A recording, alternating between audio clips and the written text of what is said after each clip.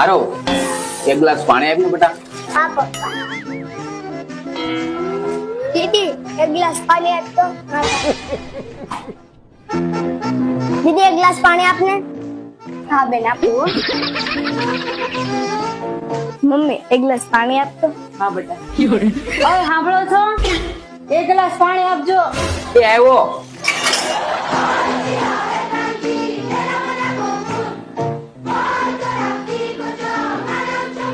લે પાણી.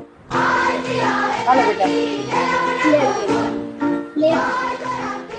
લ્યો પપ્પા પણ.